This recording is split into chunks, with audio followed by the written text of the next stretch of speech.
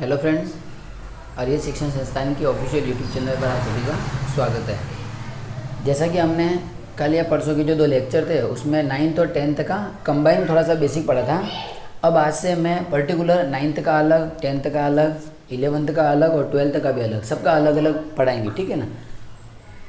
10th वाले में आप देखिए पॉलिनोमियल क्लास 10 चैप्टर नंबर 3। ये आपकी बुक का कौन सा चैप्टर है?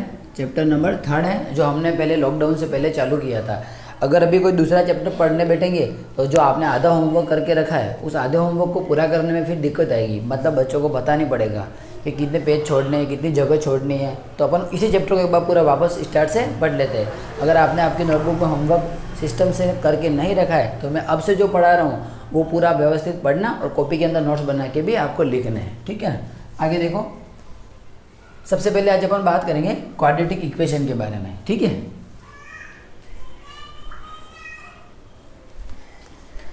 तो क्वाड्रेटिक इक्वेशन में आप सब जने देखो एक बार। क्वाड्रेटिक इक्वेशन की स्टैंडर्ड फॉर्म होती है ax² + bx + c = 0 where a is not equal to 0। कहने का मीनिंग ये है कि ये जो a होता है ना उसका आंसर 0 नहीं होना चाहिए। क्यों? मैं आपको समझाता हूँ। देखो, जैसे आप अपन एक एग्जांपल लेते हैं। जैसे एक मैंने एग्जांपल लिया 2x² + 5x + 6 = 0। अब आप यहाँ पे देख सकते हो a का आंसर कितना है 2, b का आंसर कितना है 5 और c का आंसर कितना है 6। अब आप देख सकते हो अगर ये a का आंसर मैं 2 नहीं रखूँ, इन केस अगर मैं इसको 0 कर देता, अगर क्वेश्चन में ऐसा लिखा हुआ था 0x² + 5x + 6 = 0। अब आप बताओ 0 इंटू समथिंग क्या होता है? 0 होता है। इसका मतलब ये तो हट जाएगा, बचा क्या? 5x + 6 बचेगा। हम जानते हैं पावर अगर 2 होता है तो हमने कल वाले लेक्चर के अंदर पढ़ के रखा था कि उसको क्वाड्रेटिक इक्वेशन कहते हैं। पावर अगर 3 होती है तो उसको क्यूबिक इक्वेशन कहते हैं और पावर अगर 1 होती है तो उसको अपन लीनियर इक्वेशन कहते हैं। कहने का मीनिंग ये है कि यहाँ पे जो नंबर होगा वो हमेशा 0 से बड़ा होना चाहिए। मतलब नेगेटिव में भी होगा तो भी चलेगा, लेकिन 0 नहीं होना चाहिए, क्योंकि अगर एग्जैक्ट 0 हो गया तो इसका मतलब ये टर्म ही खत्म हो जाएगी और ये इक्वेशन किस में कन्वर्ट हो जाएगी? लीनियर में कन्वर्ट हो जाएगी, ठीक है ना। तो आपको इस बात का विशेष ध्यान रखना है। आगे देखो,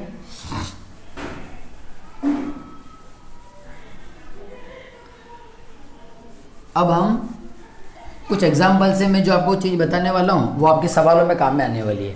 हमने 8th क्लास में, 9th क्लास में और अब 10th क्लास में हमने फैक्टर के नियम पढ़े थे। उस फैक्टर के बेस पे मैं आपको एक सवाल करवाने वाला हूँ। अब हमारी बुक के अंदर फैक्टर के सवाल है तो सही, लेकिन न के बराबर है। हमको उस फैक्टर की जो लैंग्वेज है ना, उस लैंग्वेज को यहाँ पे सीखना पड़ेगा, क्योंकि सवालों में क्या वो लैंग्वेज लिखी हुई आती है कि ये इसका जीरोज है, ये इसका इक्वेशन है। तब हमको पता नहीं पड़ेगा कि आगे सवाल में बढ़ना कैसे है यूँ, ठीक है ना। तो देखो, मैं एक क्वेश्चन ले लेता हूँ। मैंने क्वेश्चन लिया x² + 5x + 6 = 0। इस इक्वेशन को सॉल्व करने के बहुत सारे तरीके हैं। जैसे आप 10वीं में पढ़ोगे, आप इसको फैक्टर मेथड से सॉल्व कर सकते हो, नेचर ऑफ रूट्स से कर सकते हो, सीधराचार्य के फॉर्मूले से भी आप इसको सॉल्व कर पाओगे। इसके बाद परफेक्ट स्क्वायर मेथड का रूल होता है, आप उससे भी सॉल्व कर पाओगे। इसको आप ब्रेक करके भी कर सकते हो। तो बहुत सारे तरीके होते हैं, लेकिन हमको उन तरीकों में जाना नहीं है। हम बात करते हैं सिंपली 8th और 9th क्लास के हिसाब से कि अगर मुझे इसके फैक्टर करने हैं तो हमने पिछली क्लासों में पढ़ के रखा है क्या, हमको ऐसे 2 नंबर चाहिए जिनका मल्टीप्लाई करने पे तो क्या आना चाहिए? +6 आना चाहिए। और ऐड या सब्ट्रैक्ट करने पे क्या आना चाहिए? +5 आना चाहिए। ये इसकी कंडीशन है। अब आपको क्या करना है? नंबरों का पता लगाना है। अब आपको कुछ नहीं करना है, ये पीछे वाले नंबर पे ध्यान देना है। ऐसे कौन कौन सी टेबल है मल्टीप्लिकेशन की जिसमें 6 आता है? तो 2 की टेबल बोल के देखो कितनी बार, 2 3 जा 6। तो देखो मैंने बोल के देखा, ऐसे बोल के देखा 2 3 जा 6, तो 6 आ रहा है। अब ये दोनों नंबर सही है या नहीं अपने को चेक करना पड़ेगा। कैसे? 2 में 3 का मल्टीप्लाई किया तो 6 मिल जाएगा। देखो 2 में 3 का मल्टीप्लाई किया तो 6 मिल जाएगा। और 2 में 3 को या तो ऐड करो या सब्ट्रैक्ट करो। तो देखो 2 में 3 को मैं ऐड करके देखता हूँ तो क्या आ रहा है? 5 आ रहा है। और 2 में मैं 3 को सब्ट्रैक्ट करके देखता हूँ, क्या आ रहा है? माइनस आ रहा है। तो मुझे तो ये वाला लाना था, तो ये देखो इससे आ रहा है। तो कहने का मतलब ये है कि हमको ऐसे 2 नंबरों का चयन करना है मैं इसके बारे में आपको डिटेल में नहीं बता रहा हूँ। क्यों? क्योंकि 8th में, 7th में, 9th में आपने इस टाइप के क्वेश्चन बहुत सारे मिले हुए हैं और हमको इन क्वेश्चनों की आगे कोई ज़रूरत नहीं है ज़्यादा, ठीक है। कहीं कहीं पे ज़रूरत पड़ेगी तो वो बेस आपने पढ़ के रखा है, इसलिए मैं इस चीज़ को डायरेक्ट बता रहा हूँ, ठीक है ना। आगे देखो, तो हमको पता पड़ गया कि वो नंबर कौन से हैं, 2 और 3 है, तो उन नंबर को यहाँ पे पुटअप करो। तो कैसे करेंगे, एक्स स्क्वायर मिडिल टर्म की जगह पे ही लिखना है। पहला नंबर 3x, दूसरा नंबर 2x प्लस का 6 इक्वल टू 0। मैं मेरी बात वापस रिपीट कर रहा हूँ, जब हम हमारा चैप्टर चालू करेंगे ना, तब उस चैप्टर के अंदर लैंग्वेज आएगी। उस लैंग्वेज को समझने के लिए आपको इस क्वेश्चन को समझना बहुत ज़रूरी है। मुझे पता है, ये बात आपको भी पता है कि प्लस का क्वेश्चन होता है तो दोनों फैक्टर प्लस के आते हैं, माइनस और प्लस का होता है तो दोनों फैक्टर माइनस के आते हैं। तो वो सब छोटी छोटी बातें हैं, ठीक है। अब क्या करना है, 2 के पेयर बनाने हैं। इन दोनों में क्या कॉमन आ रहा है, x कॉमन आ रहा है, तो अंदर क्या बचेगा, x प्लस 3। इन दोनों में क्या कॉमन आ रहा है, 2 कॉमन आ रहा है, अंदर क्या बचेगा, x प्लस 3 इक्वल टू 0। अब आप देख सकते हो, आपने अगर 2 कॉमन लिया तो देखो 2 से 2 कट गया, x का x, प्लस और प्लस क्या होता है, प्लस ही होता है। 6 में 2 का डिवाइड किया तो 3। आपने इन दोनों में x कॉमन लिया, x स्क्वायर में x का डिवाइड किया तो x, 3x में x का डिवाइड किया तो 3। फैक्टर का एक नियम होता है, क्या, दोनों बॉक्स के अंदर जो आंसर आता है ना वो सेम आना चाहिए। आप देख सकते हो ये वाला आंसर और ये वाला आंसर सेम है। अगर इन केस ये बॉक्स वाला आंसर सेम नहीं होगा तो हम समझ जाना आपका सवाल गलत है। फिर क्या करना है, जो बॉक्स का आंसर सेम है उसको एक बार लिखो और जिस बॉक्स का आंसर गलत है, मतलब अलग है, सॉरी, उसको एक बार लिखो, इक्वल टू 0।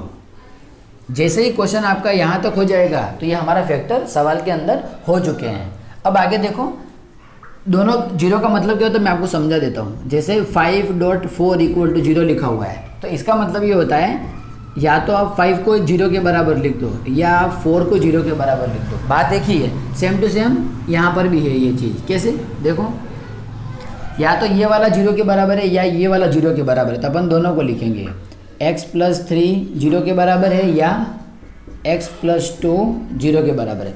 सिंप्लीफाई करो, x इक्वल टू -3, सिंप्लीफाई करो x इक्वल टू -2। क्यों? क्योंकि प्लस का 3 उधर जाएगा तो माइनस का 3, प्लस का 2 उधर जाएगा तो माइनस का 2। हमारा क्वेश्चन यहाँ पे ख़त्म हो चुका है। सर ये क्वेश्चन की स्टेप तो हमको पहले से पता थी, आपने रिपीट क्यों बताया? अब मैं जो बताने वाला हूँ वो आपके काम का है कि क्वेश्चन की लैंग्वेज को कैसे समझना है। देखो, आपको पहचानना है, इसको बोलते हैं क्वाड्रेटिक इक्वेशन। क्या कहते हैं? Quadratic equation. क्यों? क्योंकि इसकी पावर 2 है।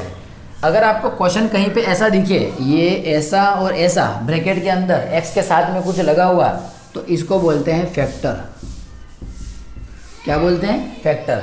और आपको क्वेश्चन में x का आंसर और इसका आंसर अगर कुछ दिखे इक्वल में, जैसे x equal to 5, x equal to 6, x equal to -2, x equal to 11, x के सामने कुछ दिखे तो समझ जाना इसको बोलते हैं जीरोस। क्या बोलते हैं? जीरोस। जीरोस का मतलब ये होता है कि जैसे मान लो कोई इक्वेशन है, इससे पहले आप ऐसे समझो, एक गाड़ी है, उस गाड़ी का टायर जो था वो अपने पंचर हो गया, तो पंचर होने के बाद में अपन ने उस टायर को बाहर निकाल दिया।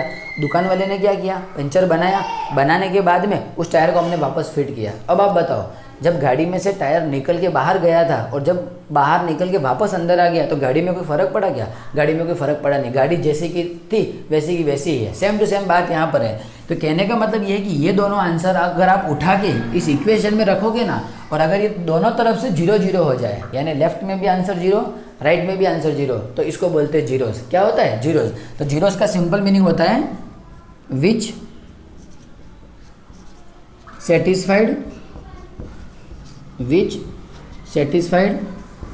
The given equation. That means left hand side जो होगी वो किसके बराबर आनी चाहिए? राइट हैंड साइड के। यानी अगर आपने इसमें कुछ रखा तो लेफ्ट और राइट में दोनों जगह 0 आ गया तो सवाल सही है। कैसे? अपन करके भी देख लेते। देखो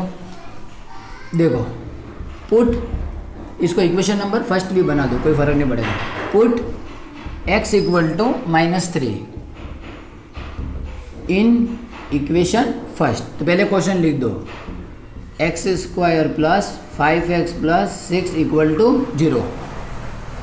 आपको सवाल में जहाँ जहाँ x दिख रहा है वहाँ पे आप -3 पुटअप कर दो। तो देखो -3 का whole square 5 into -3 plus 6 equal to 0।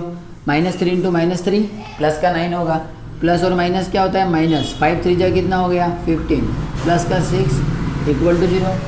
9 और 6 कितना हो गया 15, 15 माइनस 15 इक्वल टू 0, तो 0 इक्वल टू क्या हो गया 0।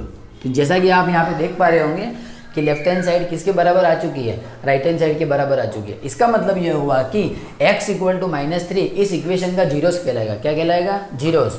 वापस एक बार रिपीट कर रहा हूँ, कोई भी x का आंसर होता है और उस आंसर को जब आप इक्वेशन के अंदर पुटअप करते हो और सॉल्व करते हो और दोनों तरफ अगर आंसर बराबर हो जाए, यानी लेफ्ट हैंड साइड का आंसर राइट हैंड साइड के बराबर आ जाए, तो वो उस इक्वेशन को सेटिस्फाइड करेगा। इसी को कहते हैं जीरोस कहते हैं। क्या कहते हैं, जीरोस। तो हम यहाँ पे ये बात लिख सकते हैं क्या, therefore x equal to -3 is a zeros of given equation. कहने का मतलब ये है कि x इक्वल टू -3 जो है वो इक्वेशन को जीरो बनाता है, इसलिए वो उसका जीरोस कहलाता है। आप जीरोस ना बोल के फैक्टर भी बोल दोगे तो भी चलेगा, लेकिन रियल में देखा जाए तो फैक्टर का क्वेश्चन दिखने में ऐसा होना चाहिए, ऐसा और ऐसा होना चाहिए। और अगर x के समथिंग कुछ लिखा हुआ है तो वो उसका क्या कहलाता है, जीरोस कहलाता है। एक और ट्राई कर लो, x इक्वल टू -2, तो देखो put x equal to -2 in equation first, करो पुटअप। एक बार इक्वेशन लिख दो, नहीं पता पड़े तो x² plus 5x plus 6 equal to 0। जहाँ जहाँ x लिखा हुआ है वहाँ पे आप -2 लिख दो। तो -2 का square 5 into -2 plus 6 equal to 0। -2 into -2 क्या होता है, प्लस का 4 प्लस माइनस माइनस प्लस का 6 इक्वल टू 0। 6 और 4 कितना हुआ 10, 10 माइनस 10 इक्वल टू 0। तो क्या आंसर आया, 0 इक्वल टू 0। तो देखो आपने -2 पुटअप किया तब भी 0 आ गया, आपने -3 पुटअप किया तब भी 0 आ गया। तो यहाँ पर भी हम लिख सकते हैं क्या, therefore x equal to -2 is a zeros of given equation.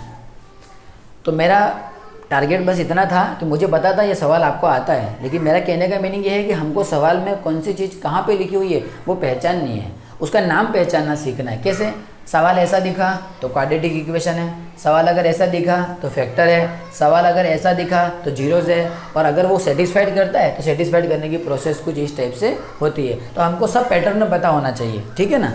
तो आई होप आपको समझ में आ चुका होगा। क्वेश्चन के अंदर हमको सॉल्व नहीं करना, हमको पैटर्न को समझना है। क्यों, क्योंकि जब हम सवाल हमारी बुक का करेंगे ना तब ये लिखा हुआ आएगा, तब हमको पहचानना पड़ेगा कि ये क्वाड्रेटिक इक्वेशन है। क्यों, क्योंकि पावर 2 है। क्वेश्चन में ये लिखा हुआ आएगा तब हमको पहचानना पड़ेगा कि ये फैक्टर है यू। क्वेश्चन में लिखा हुआ ऐसा आएगा तब हमको पहचानना पड़ेगा कि ये जीरोस है यू। तो हमको किस किस को पहचानना है, क्वाड्रेटिक इक्वेशन को पहचानना है, फैक्टर को पहचानना है और जीरोस को पहचानना है। तो जीरोस की विशेषता क्या होती है, x के सामने कुछ लिखा हुआ रहेगा। फैक्टर की विशेषता क्या हो रहेगी, जैसे x + 10 x + 11 ऐसे रहेगा। और लास्ट कौन बचा, क्वाड्रेटिक इक्वेशन, वो उसकी पहचान पावर 2 है, ठीक है ना। तो आप चाहो तो इसका स्क्रीनशॉट ले सकते हो, ठीक है ना। Okay, thank you.